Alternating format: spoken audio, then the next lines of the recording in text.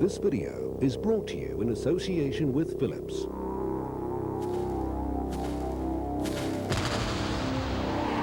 Philips, official sponsor of the All Blacks Club.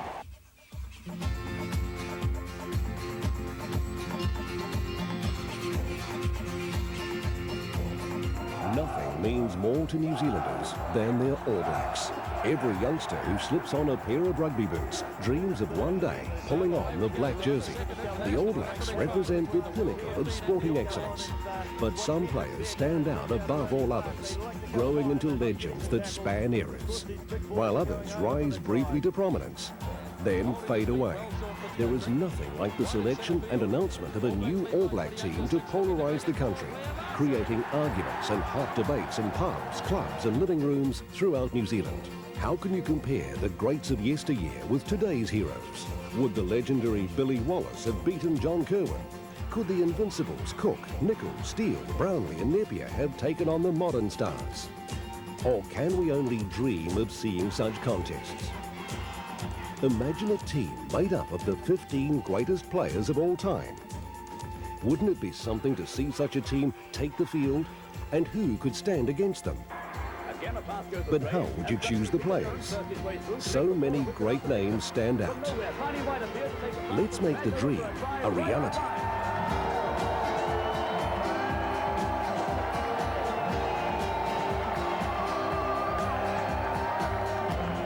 The first full-scale international was against Australia in 1903. Since then, thousands of players have pulled on the black jersey. But the announcement of a new All Black team always sparks criticism and controversy around the country. So when it came time for the live announcement of the team, armchair experts were picking that John Gallagher's name would be there. The following players have been selected to represent the New Zealand Rugby Football Union. But even John the rugby Gallagher, greats can be cruelly discarded at the whim of the selectors. Good evening. The most successful All Black captain ever, Buck Shelford, is in hiding tonight after being Another dumped controversy from the team. and huge debate which continues to fester years later, inflaming the nation's rugby emotions. But who were the greatest players of all time? The legendary Pine Tree must surely rank as the greatest lock of all. But who would pack down with him? Would it be brother Stan Meads? Or were Peter Whiting, Andy Hayden or Tiny White better locks?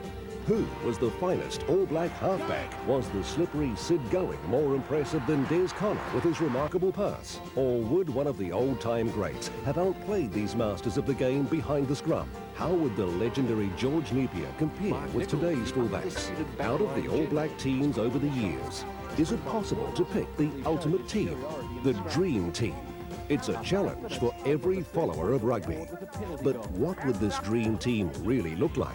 5 rugby brains, who between them have seen every All Black test match since 1930, have come up with their own dream teams, after analysing the best players who took the field over the past 100 years. Each team different, but how different? T.P. McLean has been a rugby journalist for 65 years. Between 1930 and 1983, he covered 40 All Black tours and 150 tests. Long considered the doyen of New Zealand sports writers, Terry McLean has written 27 books on All Black rugby. My dream team is George Napier, Brian Williams, J.B. Smith, Billy Wallace, Bert Cook, Billy Stead, David Leveridge, Buck Shelford, Morris Brownlee, Tiny White, Colin Mead, Graham Murray, Kevin Wilson Winneray, Andy Dalton, Ken Gray.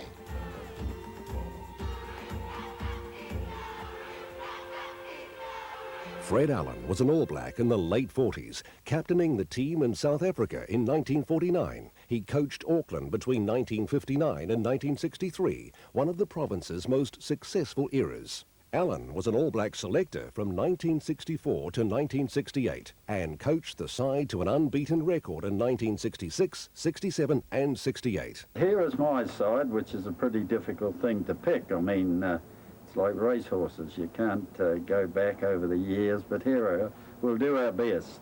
Bob Scott at fullback, Graham Williams, John Kirwan, Johnny Smith, Bert Cook, Ross Brown, Des Connor, Buck Shelford, Morris Brownlee on one side, Kirkpatrick on the other, Meads and Tiny White locking, Kevin Skinner in the front with Ken Gray and Has Catley as hooker.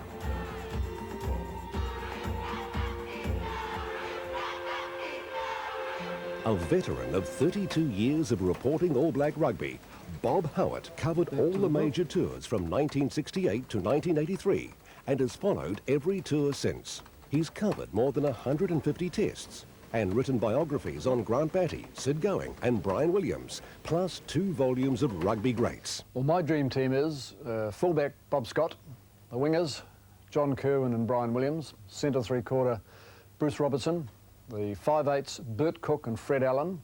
At halfback I'd have Sid Going, number 8 Zinzan Brook. On the flanks I'd have Morris Brownlee and Michael Jones. My locks would be Colin Meads and Andy Hayden. The props would be Wilson Winteray and Ken Gray, and hooking I would have Has Catley.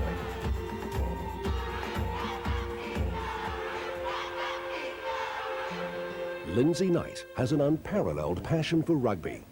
He's written about it for 30 years, covering 94 tests and 8 All Black tours, plus many tours featuring overseas teams in New Zealand. Among his 6 books on rugby, he lists the authoritative Shield Fever. My dream team is Bob Scott, John Kerwin, Bruce Robinson, Ron Jardine, Mark Nichols, Grant Fox, Dave Loveridge, Brian Lahore, Michael Jones, Colin Meads, Andy Hayden, Ian Kirkpatrick, Johnny Simpson, Sean Fitzpatrick and Ken Gray.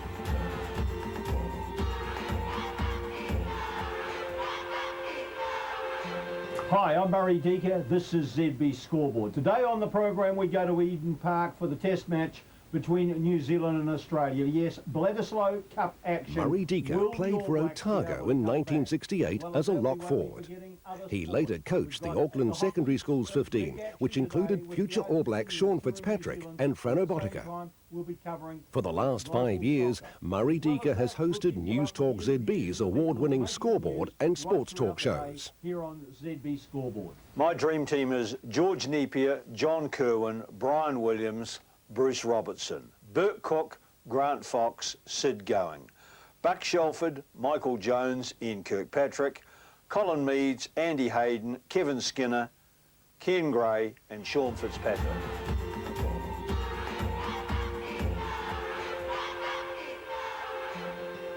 Only 34 players for 5 dream teams, named from the thousands who wore the black jersey. Fullbacks, George Napier and Bob Scott. Wings, Billy Wallace, Ron Jardine, Brian Williams, John Kerwin. Centres, Johnny Smith and Bruce Robertson. Second fives, Bert Cook and Mark Nichols. First fives, Billy Stead, Fred Allen, Ross Brown, Grant Fox. Halfbacks, Des Connor, Sid Going, David Loveridge.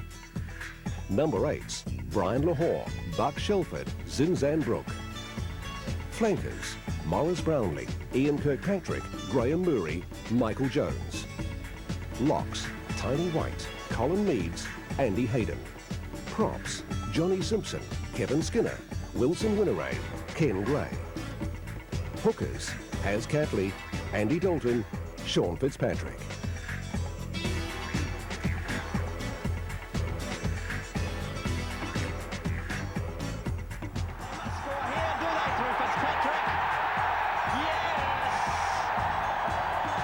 All masters of the game, an awe-inspiring combination of skill and talent on the rugby field.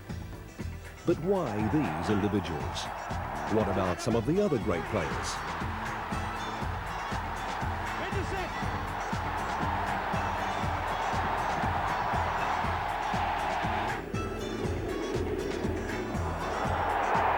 Steady, nearly got across. Not got there, but a try. And it is Gary Knight. Down for Loveridge. Finds Rollison well. Jefford left out. Robertson. Fraser in for his Wellington teammate again. Wilson.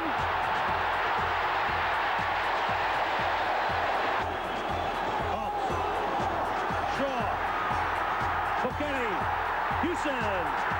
Fraser. Shaw. And wait a minute. Yes, a try. Is it reasonable to make comparisons between the eras?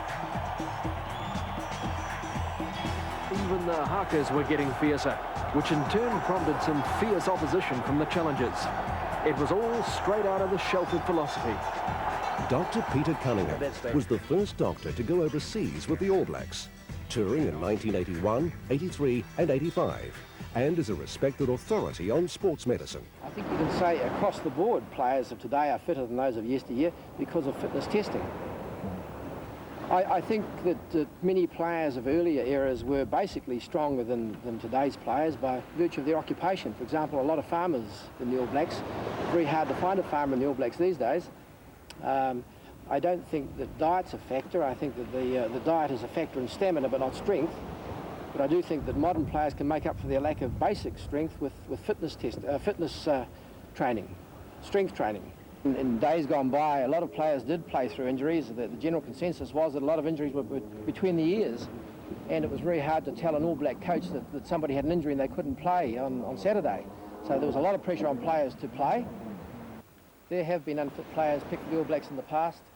A lot of players would use the early tour to get fit. They'd leave New Zealand unfit and they would get fit as the tour went on, which of course ruled them out of contention for test places. Today, with fitness testing, with the screening, it's virtually impossible for an unfit player to get away with the All Blacks. I don't think that modern players are better than their predecessors. I think there's been some very good, skillful players right across the years, and I can remember back as far as Bob Scott. I think you'd still have him as fullback in any All Black team that you picked. Our experts explain their selections. I picked George Napier. I actually found fullback one of the hardest ones to work out. I was really impressed by Don Clark when I was a young fellow, particularly during 1956 when he came into the third test and won that test for us at Lancaster Park. That was war in 56, so I found it very hard to go past the guy who had won the most significant test series that we've had. But all the old fellas tell me that George Napier was beyond comparison, and so I've gone along for once with the old fellas. The reason I pick him ahead of so talented a player as Scott is that the fullback must be the last positive line of defence, and George was he. Take Napier and Scott. I mean, Napier was a tremendous fullback too, but I didn't see a lot of him, but Scott was just a genius. I mean, he could beat people, he could sidestep either way, and he was a really courageous man like George Napier. I mean, I know we had people like Don Clark, a wonderful kicker, and Fergie McCormick, full of guts, but I think Scotty was one of the first that started coming into a back line, and he is my #1 choice. Fullback is a position in which New Zealand rugby has been quite gifted with outstanding players, but I would settle for Bob Scott. I think he was a true genius. I was fortunate enough in the mid-50s to be able to watch him play for 2 years for Petone, so I had first-hand knowledge, and I've never seen a better player. I would compare his skills with Bradman in cricket. Man with just so much time to do anything. He had poise. He was the greatest to me. The only time I saw him play was when he was 49. He played then with remarkable balance. I just couldn't think, what a marvellous player he must have been in his prime.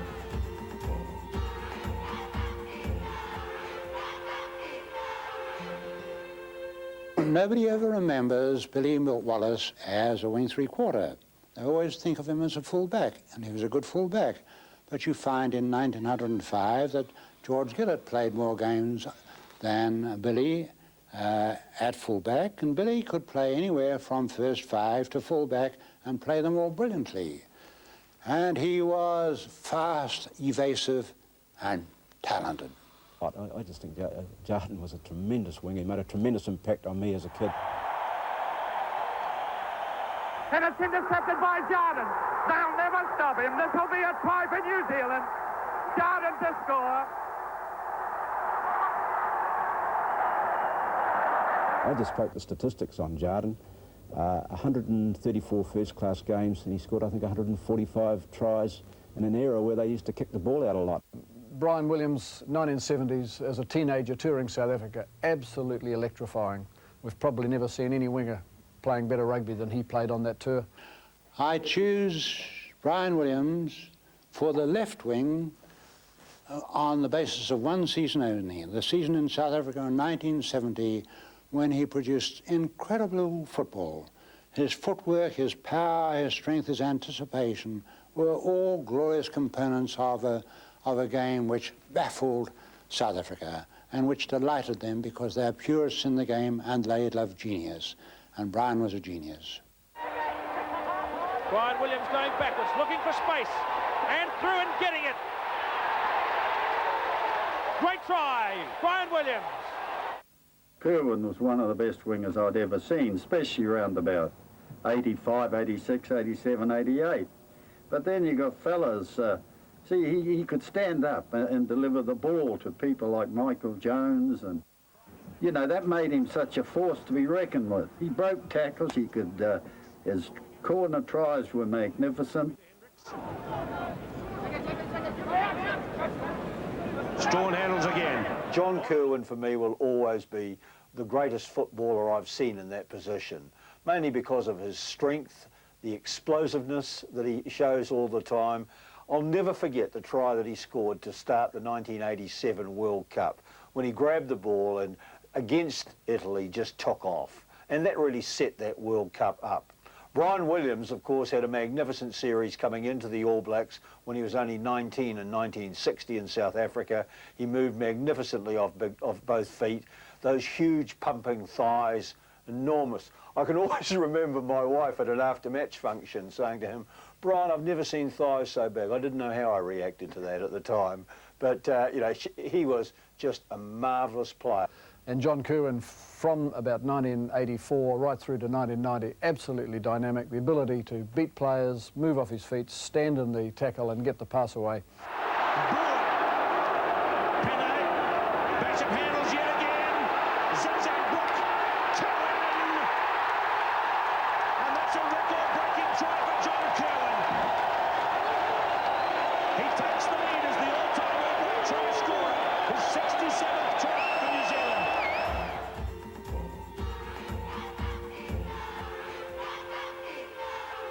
J.B. Smith stood out indelibly in my mind, because any man that's got 5 or 6 ways of beating an individual, the average footballer, if he's got 2 ways or 1 way, a back especially, you know, he's lucky. But Smith had 5 or 6 ways. You could talk about people like Charlie Oliver, Brushy Mitchell in the older years, around about 35, 38, 1938. You had Bruce Robertson, you had Paul Little, you had Joe Stanley, all wonderful wing 3/4 or centre 3/4. But Smith, as I said, could beat people so easily, and in his repertoire, they didn't know what he was going to do.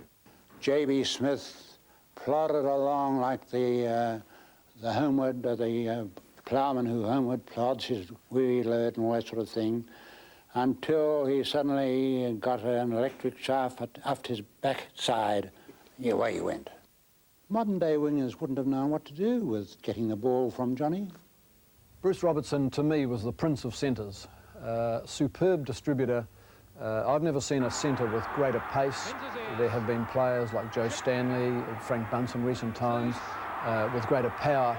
But Bruce Robertson had it all, and you've only got to look at the record of the wingers outside him and the number of tries that they scored when he was in full cry to know that he really was the greatest. If you had BJ there playing these days in the number 13 jersey, you know that your wingers would have the maximum possible opportunities. Bruce Robinson also had tremendous kicking skills. He made many a try with a grubber kick. He drop-kicked a goal in a test in Dunedin. Yeah, fine footballer. Infield to his clubmate Laurie Knight. Just 10 metres more to go. Ford's in the move. Davis swinging it out to Bruce Robinson. A line-up, a drop kick, a goal.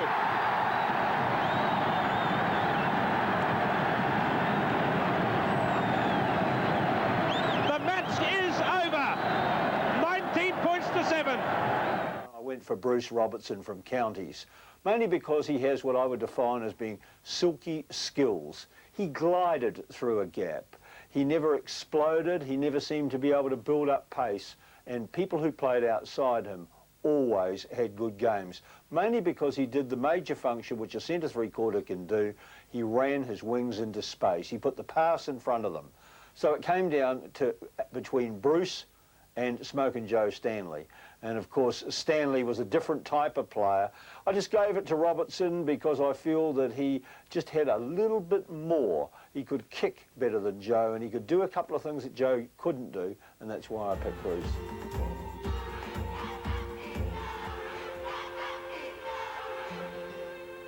Mark Nichols, well, that's my concession to the legend of this. I never saw him play, obviously. And the thing that always impressed me when I've read the history of New Zealand rugby is the impact he had on a game in South Africa in 1928. He was a dominant figure. He'd been out of the Test series through controversial circumstances. He was brought in. He I think, scored 10 or 13 points. He kicked South Africa off the paddock. And as a result of that, they squared the series. That game has always fascinated me, the part Nichols played in it. To me, there could only be one, even though I only saw him as a 10-year-old boy, and that would be Bert Cook. I mean, he must have, he obviously played in other positions, centre and fly, or first 5'8", but I could see him in my team with Johnny Smith as just impossible, the pair of them to hold, and Cook must have been a real genius, despite of the fact that he was only a little man. If there was other people, probably, you know, we didn't have a lot. We had people like Ron Elvidge and Terry Lenine that played second 5'8", two wonderful footballers, but I think there's no doubt that Bert Cook would have been the man. Bert Cook is my second 5'8". Now, despite the fact that I've got no hair up here, I didn't actually see Bert Cook play, but my father told me that he was the daddy of them all. And when I looked at what I had watched at second 5'8", it either came down to Ian McRae or Warwick Taylor. And I wanted somebody who was more attacking than either of them.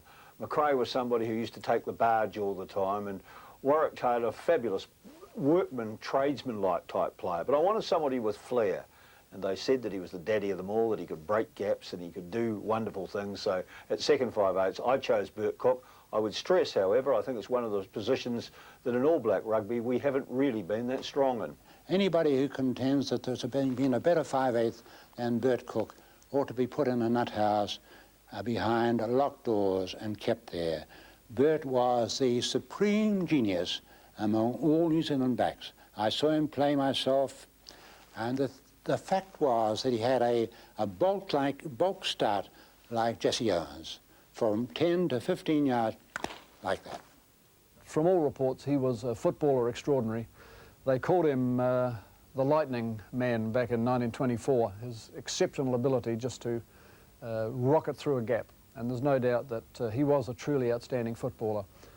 He scored something like 38 tries for New Zealand, which was an awful lot in those days. There's no doubt that Bert Cook was a footballer extraordinary, and I think he'd slot pretty sensationally into that back line that I've selected.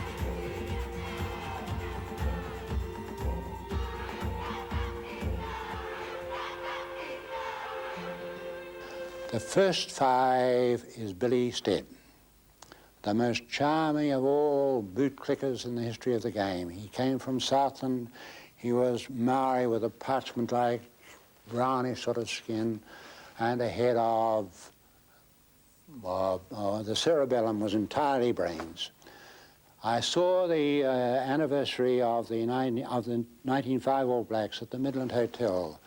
I saw Jimmy Hunter, who played outside Billy and who scored 42 tries on that tour, put his arm around Billy, these two old men, and say to Billy, "Billy, without you, I'd have been nothing."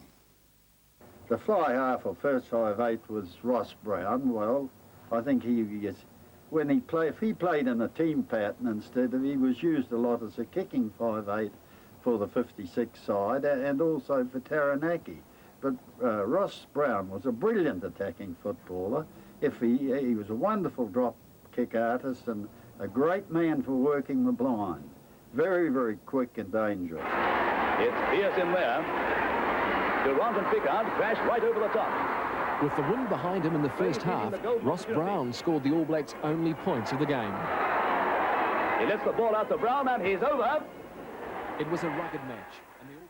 There were people like Mark Nichols, who I didn't see a lot, had a great reputation as a goal kicker, and of course, probably the greatest goal kicker we've ever had in the history of rugby, Grant Fox. Well, it depends what type of game you wanted to play. I know we all try to win and play to win, but I'm afraid I was a 15-man rugby coach, and I only knew one way. Everybody had to take part in it, and you didn't want wingers standing on the sideline getting pneumonia. Nowadays, they don't even throw the ball in. So, I mean, what are they there for? My selection at first five is Fred Allen, and that's probably not everyone's choice. Fred was another exceptional footballer, remarkable in that the 21 times he played for New Zealand, he was the captain every time. His All Black career, of course, was cut short by the war years, but that afforded him the opportunity to represent the Kiwis, and he was one of the outstanding players in that great team which swept through the UK. Fred has been described as probably the best sidestepping inside back that New Zealand's ever produced, absolutely electrifying down the blind side, a great leader, and I'm sure that he would be a wonderful calming influence in that back line. You've got to consider, of course, people like Grant Fox, but I think if you had a Fred Allen there, he would just set that back line alight, and I'd have great confidence in his ability to operate in my best team. Grant Fox, I mean, I just think he's stand a match winner supreme. I think a much underrated first 5/8 too. I think a lot of people looked at him and said he wasn't flamboyant, he wasn't flashy, he didn't do those things. I just looked at the number of tries that were scored outside him, and they were colossal. A great reader of the game, and of course his kicking was just fantastic, not only for goal, but his kickoffs, his tactical kicking, his punting, everything about him. I just think he was the supreme first five. All Black skipper. Here they come again, Fox. Again pumps the kick high and behind them. Now a real scramble on here. And let's have a look. Yes, try. Frank Bunce. What a kick by Grant Fox. First 5/8, well, there was only one in it. Absolutely all over bar the shouting. Grant Fox is my player of the decade. He's my player for the last 20 years because he won more matches than anyone else did in the All Black jersey. He won games. Now, the significance of picking Napier at fullback is I don't need Don Clark to kick my goals because I've got the best. And it's kickable. But this is the nail-biting stuff of Test match rugby. Gavin Hastings had a couple of shots, missed on one, got one, put his nose in front, and now we've got a chance to sneak back in. This is the way Test rugby is all about. Some of the crowd at Lancaster Park simply can't watch. Others giving the fingernails a decent workover.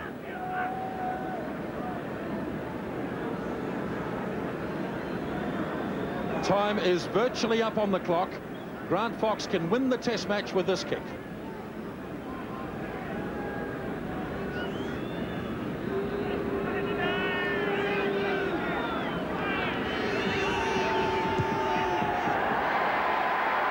He's got it. That's a sensational kick, a great pressure kick from a master. I think he understood more about the modern game than anyone else. I think that he chose his options more carefully than anybody else. I think that the players outside had played well because he never gave them the ball when they were in a worse situation than he was. His tactical kicking was superb. He might have only scored one try, but when I compare him with other All Black first 5/8 that I saw in my lifetime, they just not even in the same street. The worst selection blunder that has been made in my time of watching rugby was when Fox was dropped from the All Blacks. We never recovered from that.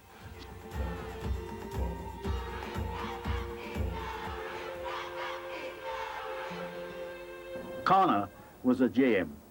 To me, he was head and, well, I won't say head and shoulders above any, but he was so cool. He could control his forwards without them realising it. He had that towering punt that he used to put up in the air over the top of the pack. He also could run very astutely and very strong. But his greatest asset, too, was the tremendous pass he had, the distance he could throw that ball and put it in front of the first 5/8 who could run on and generate your speed through the back line. We had, of course, people like Sid Going, who I'm a great fan of, And Dave Loveridge, a wonderful little halfback, and I've seen him win many games for the All Blacks and prove superior to probably a lot of others. There was Chris Laidlaw, another fine halfback, but as I said, to me, Connor had all the attributes of the greatest halfback I've seen. My halfback was Sid Going, and some people would say, well, he wasn't such a good passing halfback. He would be with Grant Fox outside him, simply because Fox would have given him such a hard time and Sid would have responded the way he always does, highly competitively. Great competition for this particular position, and you can see how well we're served. Des Connor, the Australian, well, he didn't get in because I don't like Australians, all right? But you'd have to look at him closely. Or, of course, Loveridge. Now, Trapper Loveridge was a fine halfback, but I just like Sid because Sid won so many games. He's a match winner. You can argue, as a lot of people do forever, I guess, on the relative merits of Sid Going against Chris Laidlaw and who should have been the halfback in the Test series in South Africa in 1970. I would always go, personally, for Sid Going because, contrary to what a lot of people believe, he could throw a pass just as far and just as swift as Laidlaw, and he had all the other qualities as well, in that he could break any defence. And Sid had such an impact when he was playing at international level that opposing teams used to devise tactics just to stop Super Sid. And I think when you've got any opponent concerning themselves with one player, then you have one hell of a player. Sid, to me, was the ultimate halfback. Maybe late in his career he did get a little bit selfish. Maybe he tried to go too often on his own. But if you had Fred Allen outside him, he wouldn't stand for that. Fred would just say, give me the ball, Sid. And if you think you can score a try, you go occasionally. But Sid, to me, Sid was super, and he'd certainly be my halfback. Well, there are millions of good halfbacks, but I saw David Loveridge do 2 or 3 things. One of my mentors was a man called Norman Mackenzie. He was an All Black selector back in 1924 and selector of the very great Hawke's Bay provincial teams, which of the 1920s, which I consider to have been the best provincial teams we've ever seen. And Norman always said, if you're looking at play, look for the unusual. Now, I saw David playing against Newport.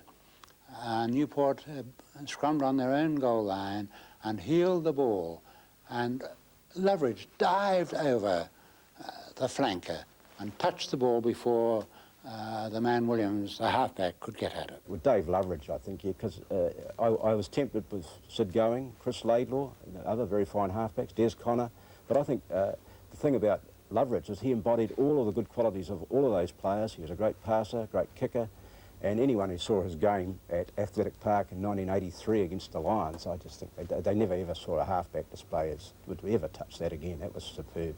The second thing was in '83, playing in the Test match against the British Lions at Wellington, when David was running the open side of the scrum, time after time in the second half, and breaking up the Lions' defensive combination at the base.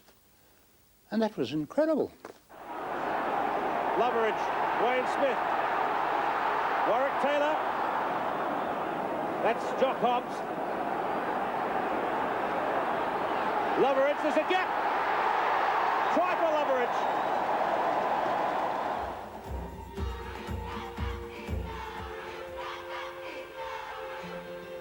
There was a few choices here, Buck Shelford, Murray Mexted, Zinzan Brook, but I picked Brian Lahore. I think he was a marvellous contributor to the All Blacks in the 60s. He was also a very fine captain, a great back-of-the-line-out player, very athletic, and to me, he was one of the standout players in that position. Out on the far side, to Barnard. Kicks a little one ahead, into the defensive box. Lahore there, picks it up, breaks over the 25. Nobody with him. Yes, out to Rangi. Rangi tackle, and Smith over in the corner again. I've had some wonderful number 8s in my own side as a player and as a coach, and I found it very, very difficult to leave a fella like Brian Lahore out. There again, it gets back a wee bit to the style of rugby. The law has changed a bit. In the day of Brian's side, it used to be a corner flag, number 8, headed for the corner flag across his back line. Nowadays, you've got to take it up front and control the ball with the mauls and rucks and that. And that balanced Buck's job as far as I was concerned. He's been a tremendous captain, and he's done some wonderful things for the All Blacks, and to me it was a blow, and I'm sure to many New Zealanders, when they dropped him, and I don't think they did it very nicely. Buck Shelford, dropped too soon, a man of immense power. I find it enormously difficult to separate him or put him above Murray Mexted, because Mexted had a greater brilliance on attack than Buck, but Buck had power.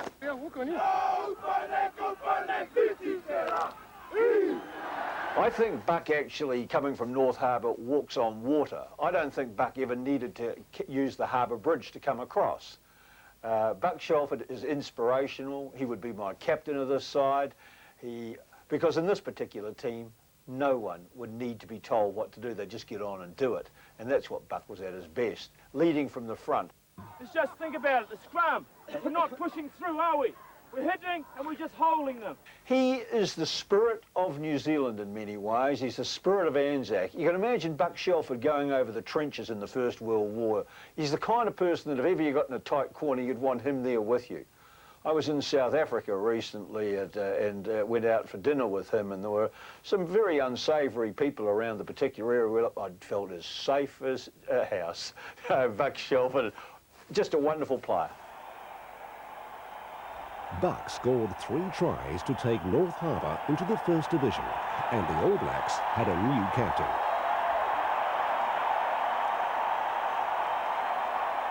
In selecting a number 8, I was obviously strongly drawn towards Brian Lahore, who was outstanding in the 1960s, and Buck Shelford, who was a dynamic leader in the 1980s.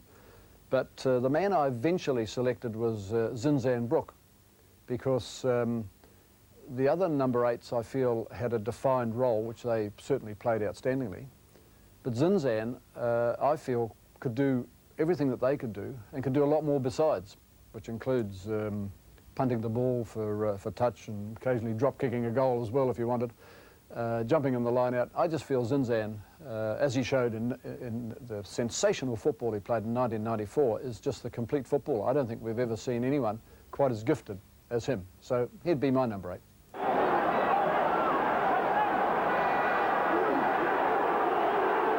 So now they test the strength of the 2 packs, and the New Zealand pack is still up, and they've scrubbed it hard here. It's on for the pushover. And Zinzan Brooke touches down.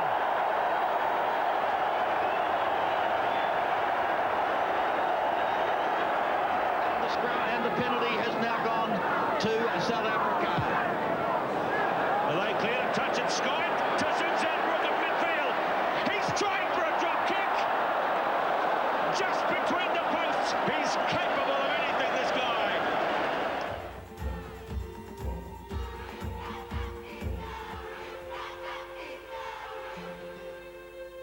This was the real headache. In fact, I woke up a couple of times during the night, trying to work it out. I looked at it and I thought deeply, having seen some of them. The only fellow I didn't see a lot of, read a lot about, of course, was Morris Brownlee. But he must have been a giant of a man, even though he probably wasn't as big as some of our other fellas. They tell me he had huge legs and a heart like an ox. And I mean, he couldn't obviously be left out of any great All Black side over the years. Jack Hall didn't play in the 1928 Test in Port Elizabeth, but he saw Brownlee pick up a man and throw him down. This man, as a Springbok, would have weighed 210 pounds at the least. And to pick up that as a dead weight or a struggling weight and throw it down takes power. Morris Brownlee was a fearsome fellow with the largest calves I've ever seen, and he frightened Christ out of all of them today. Now, Brownlee was obviously an exceptional footballer. I wasn't in the grandstands in the 1920s to witness his heroic achievements, but he was probably, in a sense, the Colin Meads pine tree of his day.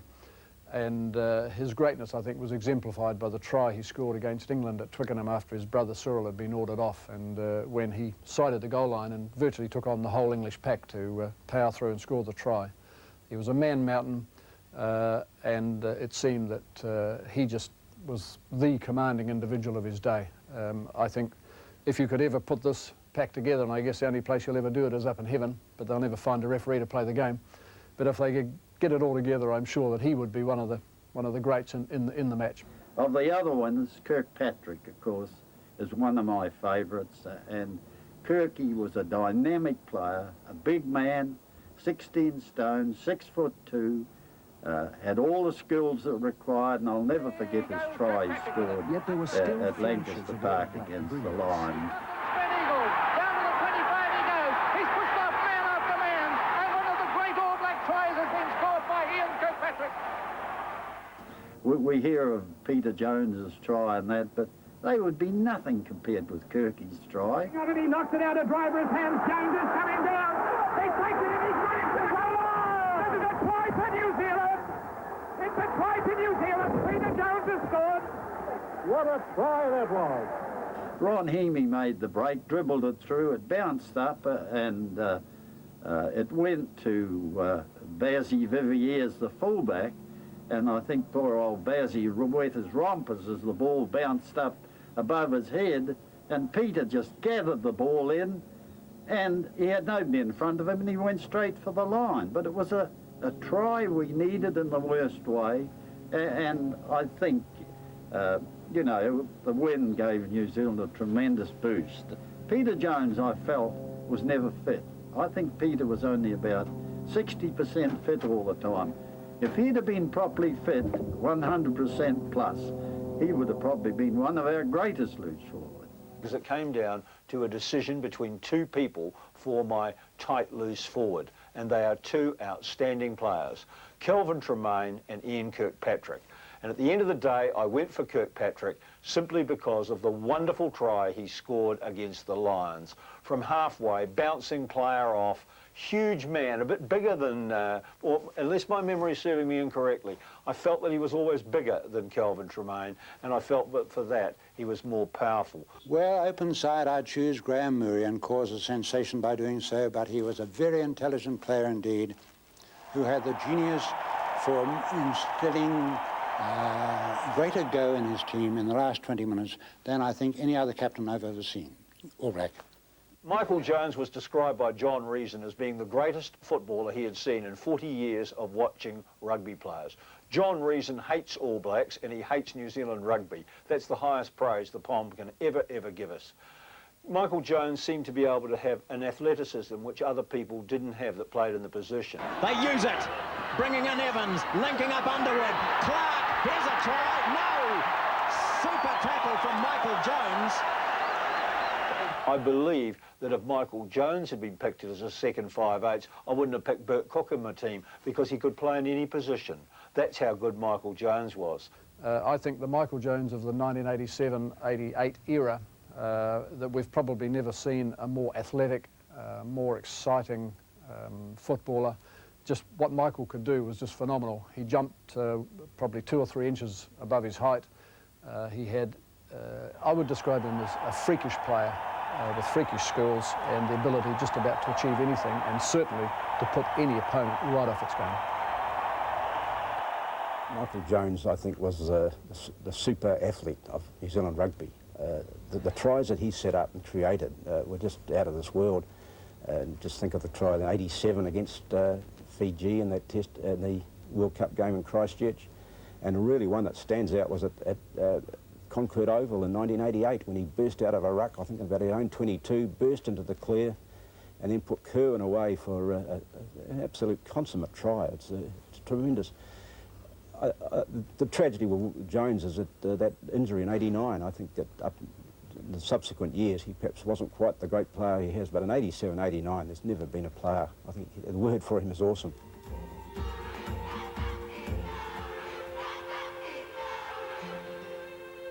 This is probably a very controversial position because in one way we didn't have a lot of the locks, and if you're looking back probably over the earlier years, I'm afraid I didn't know a lot of the older blokes, but I would have to go for Tiny, at least Tiny White and Colin Meads for my locks.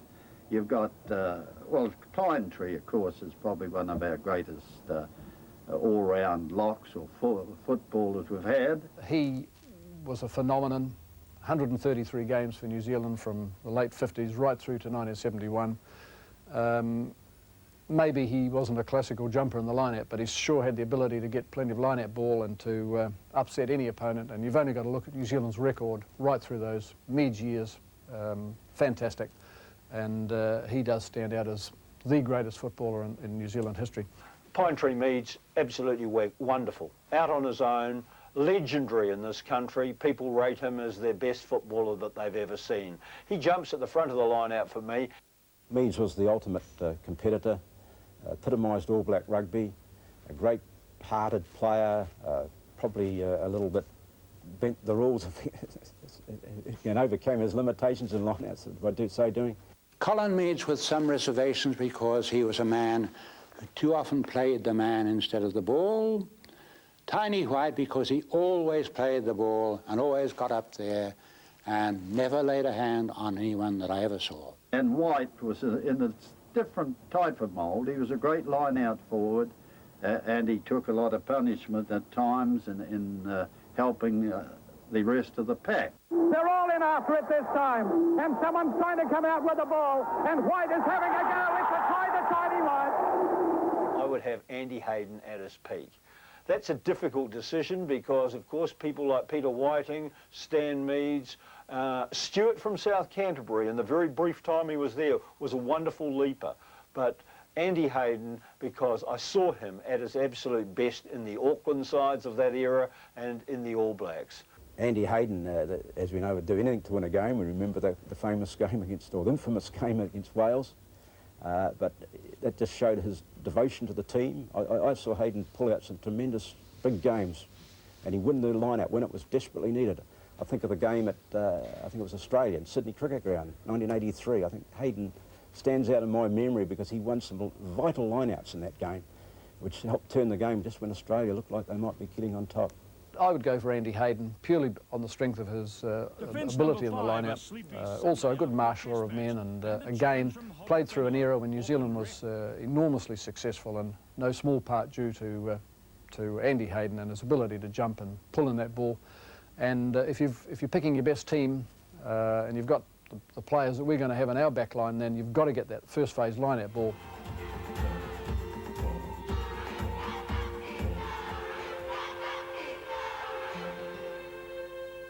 Johnny Simpson, well, again, it's the one I picked as one who's a legend, the Iron Man of the 1949ers.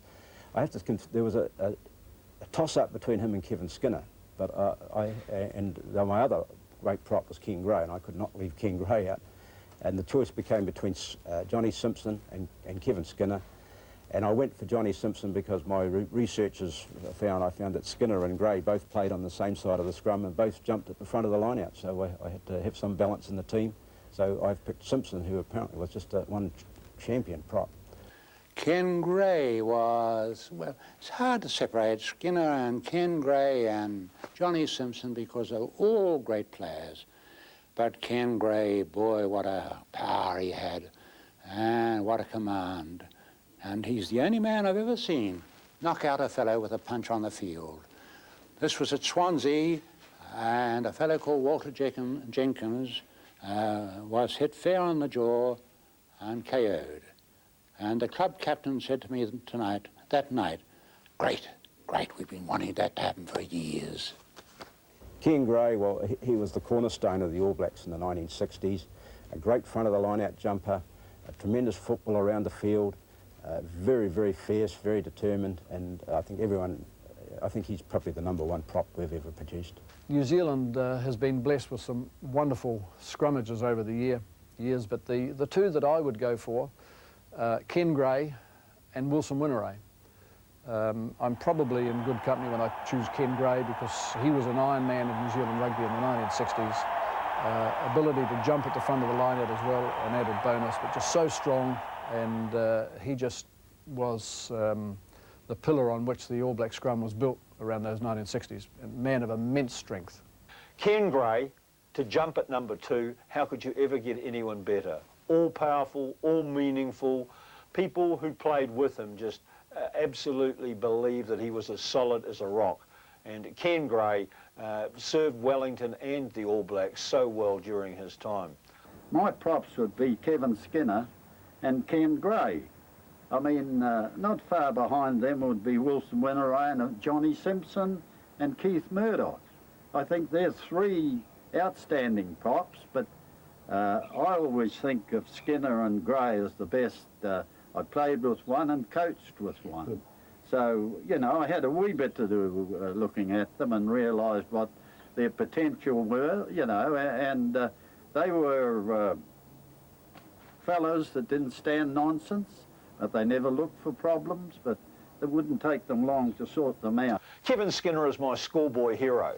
I'll never ever forget going into his grocery shop when I was a youngster in Dunedin, in Normanby, and we went in there. I hated custard, and my father said to him, "Mr. Skinner, you'd eat a lot of custard, wouldn't you? That would be what you'd need to be an All Black." And Kevin Skinner looked my dad right in the eye and said, "Without question." And as an 8-year-old, I went home, and I still hate custard to this day because of Kevin Skinner. Wonderful player. In '56, he took both sides of the scrum at Lancaster Park. It's part of our legend, it's part of our tradition. He cleaned the South African act up, and he came through. He was at his best, of course, in '53, '54, and he was just somebody who was so powerful. He's been a great advertisement for the game since. For an infringement in a ruck after a line-out, New Zealand get a penalty. Fullback Don Clark, playing his first game for the All Blacks, takes a difficult kick 10 yards inside the halfway and on the touchline. And it's over. Well, here's a surprise. Well, Winteray, Wilson Winteray. Why? They say he's too soft. Carl Mullen, the captain of the 1950 Lions, told me that any time he saw Winteray play, he sat there fascinated at the skill of the man. Winteray probably wouldn't be everyone's selection, but I think that he was just a marvellous footballer, and any team in which he operated just seemed to step up a notch because he was an inspirational leader, but he was also, because of that, but he was also enormous influence on any team in which he played. He may not be as strong as some other players. We could toss in a Keith Murdoch and say, well, the scrum is going to be stronger because we've got Keith. But Winteray was pretty strong. No scrum in which he played ever got marched around. He played for an extended period for New Zealand rugby right through the late 50s and 60s, and that was one of the golden eras of New Zealand rugby. And on top of that, of course, he was ahead of his day in his ability to take the ball and run with it. He was just so mobile.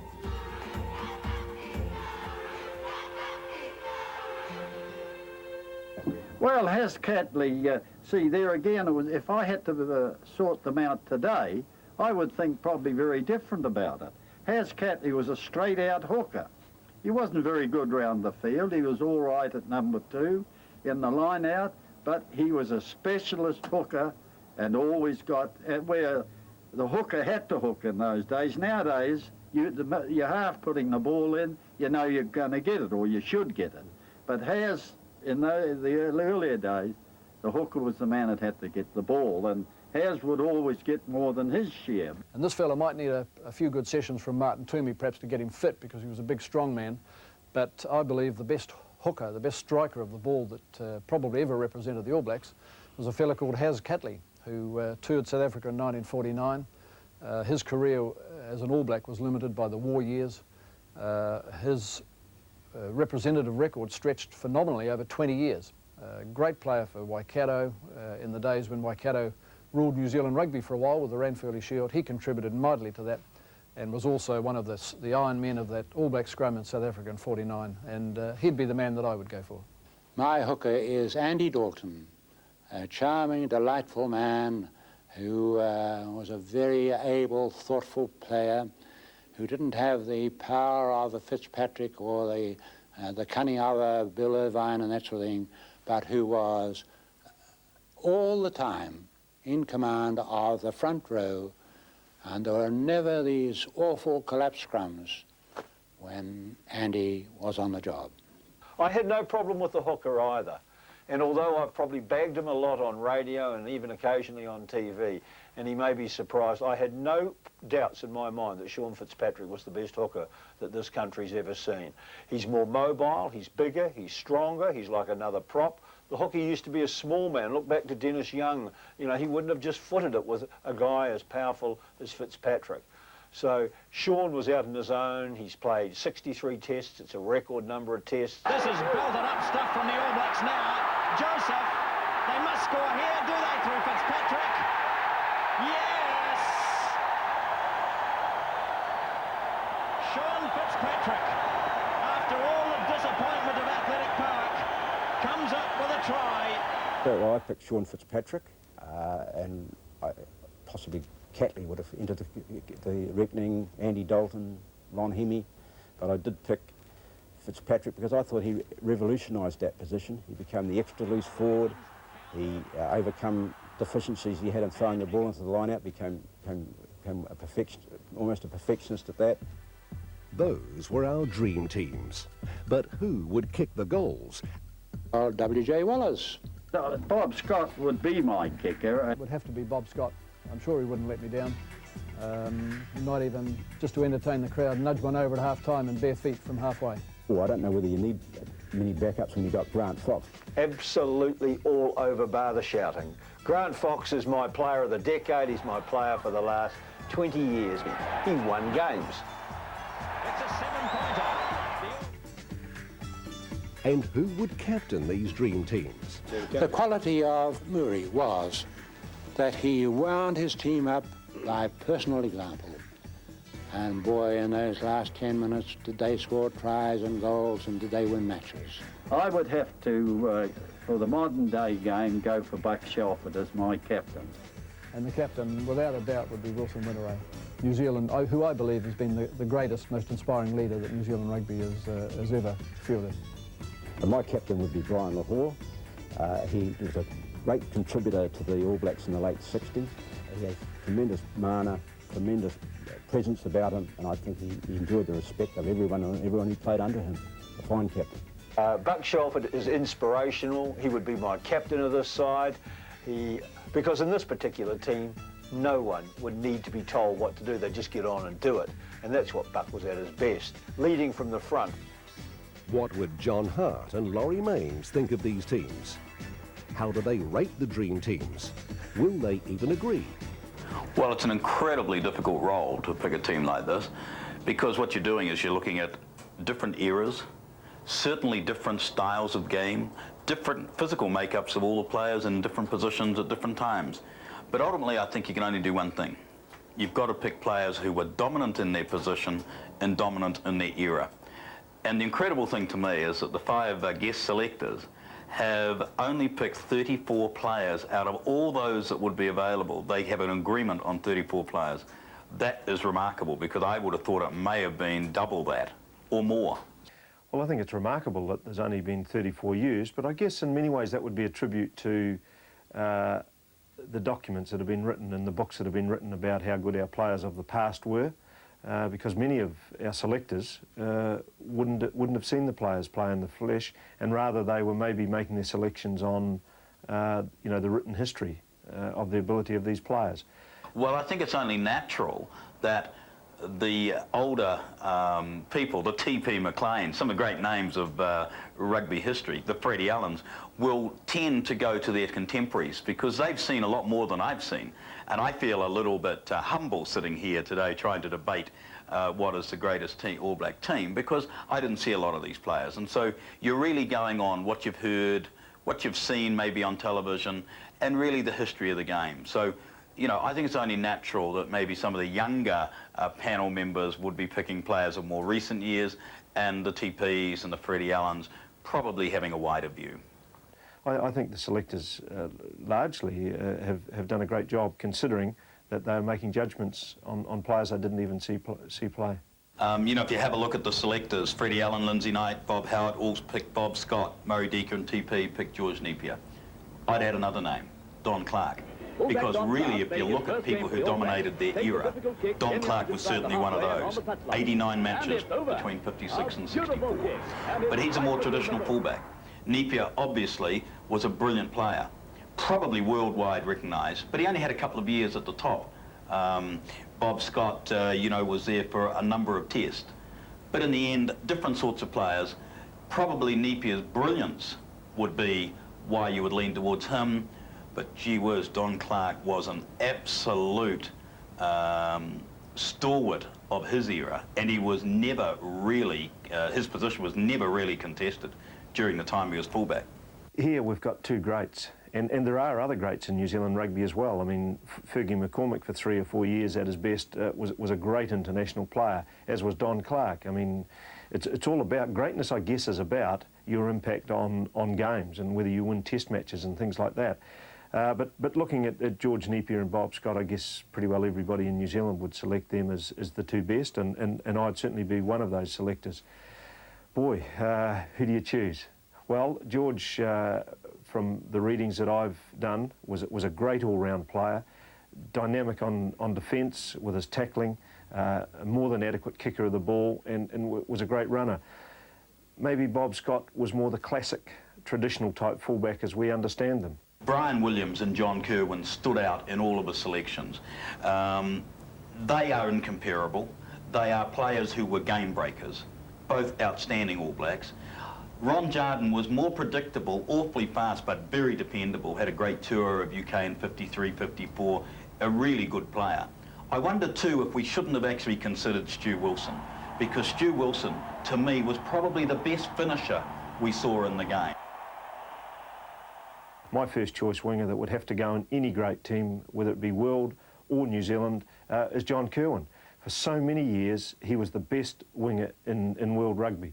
And some of the try-scoring feats of that man really will go down in history as great sporting moments. So he's my first choice. He's a right wing. I guess then it's a matter of finding who we would be best suited to go onto the left wing. And of course, Ron Jardine was a great left wing. But that, you know, him or Brian Williams, I'd be certainly be very happy with. Johnny Smith was incomparable in his time. Obviously, he was a freak. He didn't play that many matches, only 9 matches, 4 tests, but obviously a remarkable player for North Auckland and one of those freaks in the game. Bruce Robertson, to me, was just a classic centre. Had everything. Great ability to service his wings and fullbacks, great vision, kept people guessing all the time. You know, but there's another player that I'd like to mention, Joe Stanley. Now, you know, I could be accused of bias, I guess. I coached him, but he was a superb centre for the All Blacks. Different mould to Bruce Robertson, but did the same things, gave his outsides immense opportunities. And I think, actually, New Zealand rugby suffered by not having a Joe Stanley at centre for some time because he really was a feeder of his outsides. I played with and against Bruce Robertson, have the tremendous amount of respect for his ability. And if you're going to have wings and fullbacks of the quality that we've got in this team, you want a player similar to Bruce who had the ability to run them into space. He'd be a good selection. But let's not forget about Joe Stanley. Joe was a great player for a number of years for New Zealand, and at a time when New Zealand rugby was at its best. So he couldn't be left out of the equation either. The interesting thing in this selection is that 4 of the selectors have gone for Bert Cook. Now, Bert Cook played a lot of his rugby at first 5'8", and when Mark Nichols was dominating the scene, he moved out to second 5'8". I think the collective view would be that he was better on the outside break than he might have been running things at first 5'8". So I think probably Bert Cook stands out at second 5'8".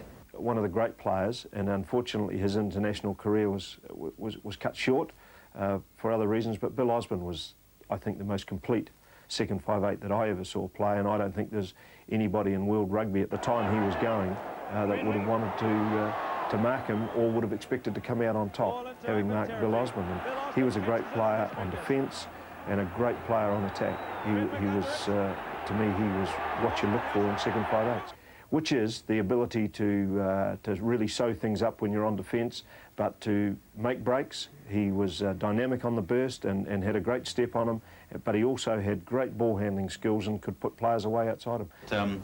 You know, there were 4 different first 5s picked by the 5 selectors, Grant Fox getting a couple of votes. Freddie Allen didn't pick himself, so I guess he might have got 2 had he done that. But, you know, Mark Nichols was obviously a very influential player in his time, a great kicker of the ball. Grant Fox, to me, however, dominated rugby in his position for a long while. Wasn't the all-round first 5'8" that some might wish to see, but couple up his goal kicking, his accuracy of kick, his ability to put the ball through the 3/4, you could only say really that his running game was the one that probably wasn't up to international standard. You know, Wayne Smith was a superb first 5'8" in the running mould. Fred Allen, great player, no question about that, as was Bert Cook. But Grant Fox, he reigned supreme in world rugby for so long. He was a player that won matches, and I guess when you're selecting teams like this and you've got so much talent, that's one of the criteria. Who is going to win the games for you? And nobody could argue that for a long period of time, Grant Fox was the best match winner in New Zealand rugby, in fact in world rugby. When I look at halfback play, I would say this. Chris Laidlaw was possibly the best passer. Des Connor, certainly the best kicker. Sid Going, undoubtedly the best runner. But the best all-round halfback would undoubtedly be Dave Loveridge, who did all of those things well, was a great servant to his outsides and a magnificent servant to his loose forwards. We've got a cross-section here. You've got your classic halfbacks in Des Connor and Dave Loveridge. Sid Going, you've got the player who can break it up, cause a bit of damage. But we can add others to that list too. I mean, Chris Laidlaw was a great classic halfback with a backline of the ability that you've got outside here. Maybe his pass would be a big advantage. Saw Dave Loveridge play a lot of rugby and had the very highest regard for him. I think, in fact, his option taking, his ability to use the resources around him was tremendous. And if you needed to keep your forward pack going forward, he did that so well. There's another player I think should have been on the list or could be considered. That's Murray Mexted. He dominated his era. He showed a new style of number 8 play when he came into the game. Brian Lahore was more of the traditionalist, very quiet in his early stages, became more dominant when he took over the captaincy of the All Blacks in 1967. Wayne Shelford was a tremendous forward in the close quarter game, was an uncompromising number 8. Zinzan Brook, I really feel very sorry about, because I don't think he has ever been given what he should have been given. He should have been an All Black number 8 for the last 2 to 3 seasons. We've only seen him in recent times. In '94, you saw a standout.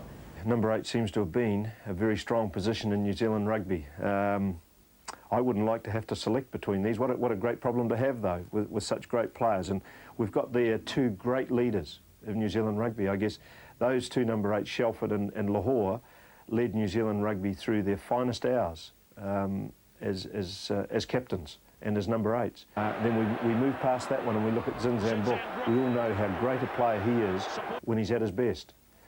But maybe he's overshadowed by the great, tremendous impact that these other 2 players had on their respective All Black teams. The freak that we've seen in New Zealand rugby in the loose forwards is obviously Michael Jones. He's a standout. He does everything. He plays any position. He's got more vision, more skill than any other player I've seen in the position. Graham Murray is obviously a fine open-side flanker, but I think his game was an open-side flanker's game. He was more of a back in some ways, an exceptional captain. And if we're talking about the continuity player, the link man, the impact player, then we can't go past Michael Jones. Sure, he did have some injury problems down through his career, but boy, when he was at his best, we could not have got better. Ian Kirkpatrick and Kelvin Tremaine. They're the other 2 that I really would look at on the other side of the scrum. Both, Kirky, I think 10 years at the top. Kelvin Tremaine, 9 years at the top. Kelvin Tremaine, one of the great try scorers. One of the players who I think would have been feared in All Black packs. Kirky, a brilliant runner. And you've got to actually compromise in the end. In the end, I might say that Kelvin Tremaine was probably a great match winner for teams, a player that was feared by opponents. A combination of he and Brian Lahore, Murray Mexted and Michael Jones, boy, it'll be pretty interesting to watch. So Brownlee, Kirkpatrick, both big men of their time, and that's a decision that comes down to, I guess, again, the impact that you want from the player in that position. I didn't see Brownlee play, obviously. Kirkpatrick, saw him play some great rugby, and so I guess my tendency would be to go down that line. I think I would have added one more, Peter Whiting, because in the period 71 to 76, 56 matches, 20 tests, he was also a pretty dominant player. Now Colin Meads would have to go on any team because he dominated his era. I wouldn't actually pick him on the number of lineouts he might have won, but I certainly would have on the number of lineouts he stopped others winning. And he was just an uncompromising forward. He did dominate his era, a great player. My other choice would be Andy Hayden. Tiny White to me was a very good player, and I remember seeing him as a youngster at the end of his career. But Hayden, I've had the privilege of coaching him, watching him as a captain. He stood apart. Now, he's got a lot of critics, Andy Hayden, but if you go back to his exploits on the rugby field, and that's what we're judging, he was without comparison. Because if you ever wanted a line-out ball won, he was the one to win it at the crucial time. And what are you looking for at lock? You're looking for ball winners, you're looking for good grafters, and people who scrum well. He had it all. Andy Hayden is a great player, probably not understood by most New Zealanders. Colin Meads, to my mind, was the greatest lock that New Zealand's ever had. A player of his time and a player of a style that could still be playing very top-level rugby. Such was his athleticism and ball skills and just general nous and uncompromising will to do well in the game. He's my first choice, and he goes in at the front of the line-out.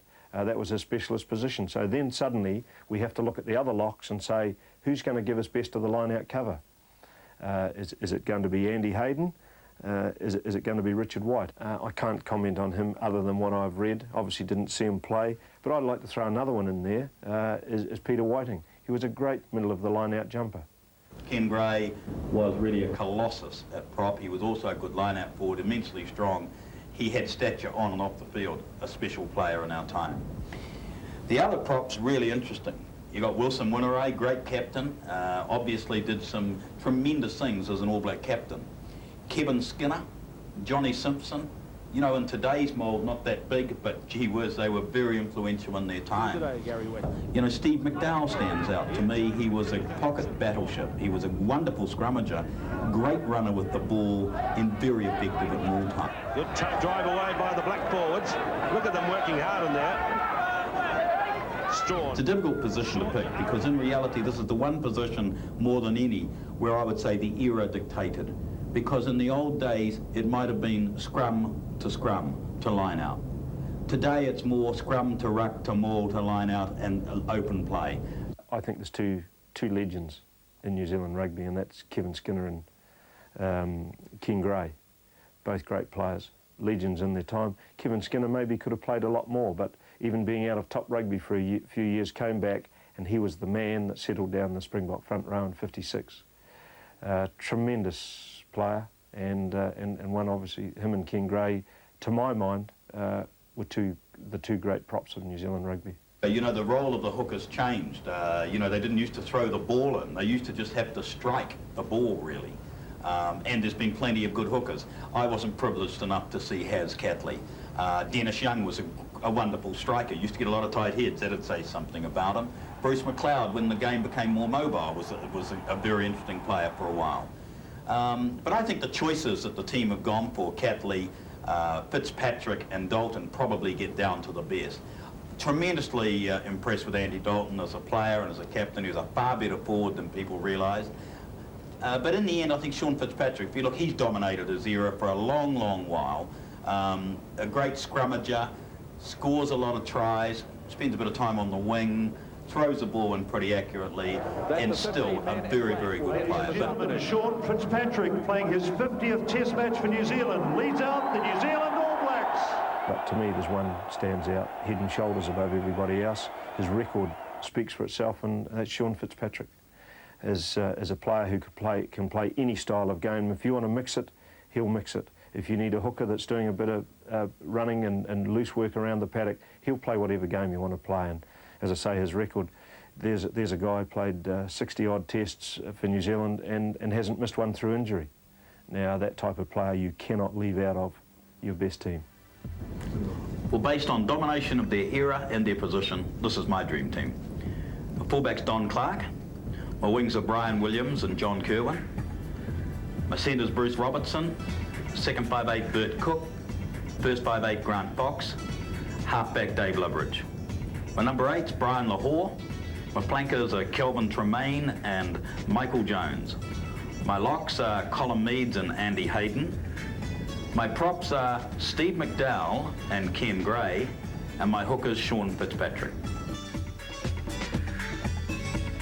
My dream team is George Napier, Kerwin and Williams on the wings, Bruce Robertson at centre, Bill Osborne at second 5'8".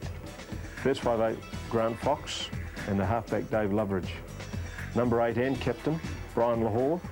My flankers, Ian Kirkpatrick on the blind side, Michael Jones open side. My locks, Colin Meads and Peter Whiting. And my front row is Ken Gray and Kevin Skinner as the props, and Sean Fitzpatrick at hooker.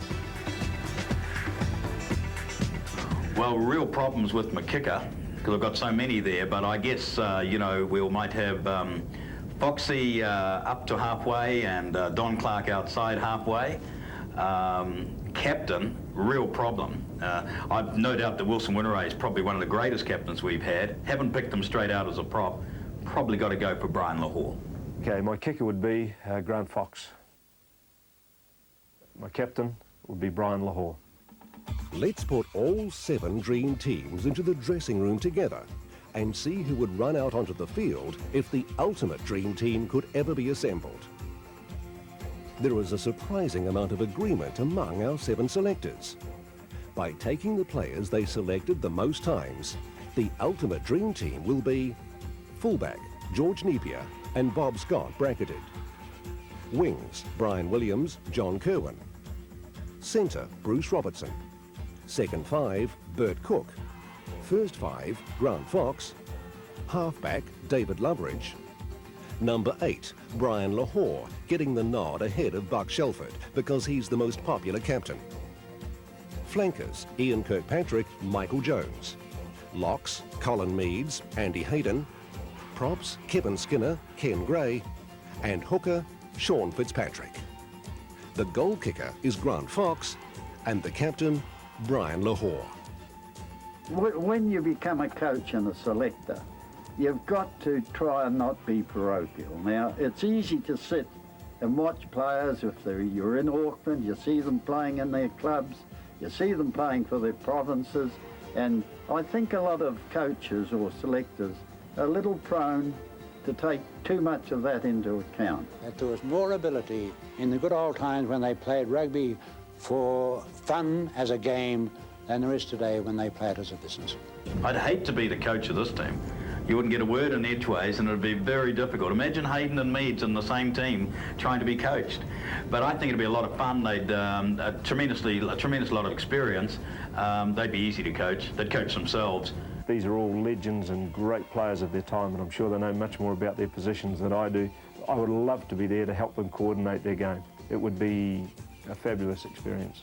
But they could play a tremendously exciting style of football, this team, because we've got a lot of strength, a lot of mobility, we can kick goals, and we've certainly got some awesome finishing power on the outside.